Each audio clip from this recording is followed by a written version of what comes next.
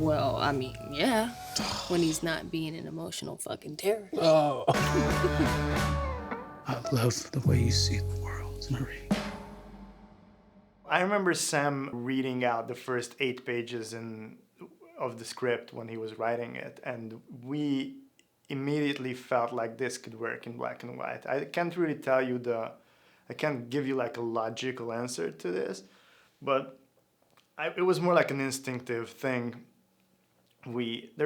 Sometimes you feel that something's right, and especially with visual decisions, you sometimes can't really explain your decision. But we definitely had movies like Who's Afraid of Virginia Woolves in mind, or for example La Notte from Antonioni. So those movies were references for sure. Production-wise, it was a huge challenge. We had to be quarantined for 2 weeks before we started shooting, and that allowed us a certain kind of concentration on the material that you usually don't get in a normal production environment. So we got to spend a lot of time rehearsing with the actors, figuring out how to block certain scenes, how to just approach this script. And we were trying to give as much freedom to the actors as possible. And we were trying to be flexible to what feels right, driven by the performance. But at the same time, we wanted to give it a style. So it's always a fine line to navigate between those two. You don't want to be in the way of the performance and of the dialogue, but at the same time, you want to give something aesthetically pleasing. It's like a two-hander in a limited location, so you're trying to give something visually engaging without the distraction. Architecture plays a huge part in this movie. Jonathan Feldman, I think that's the architect's name, who designed this house, and I think he showed us this house.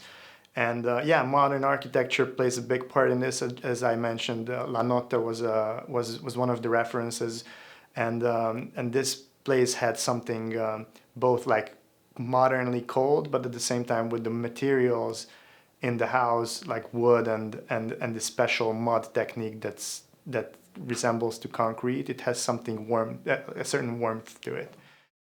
I grew up shooting with the ARRI cameras, and this is what I'm familiar with.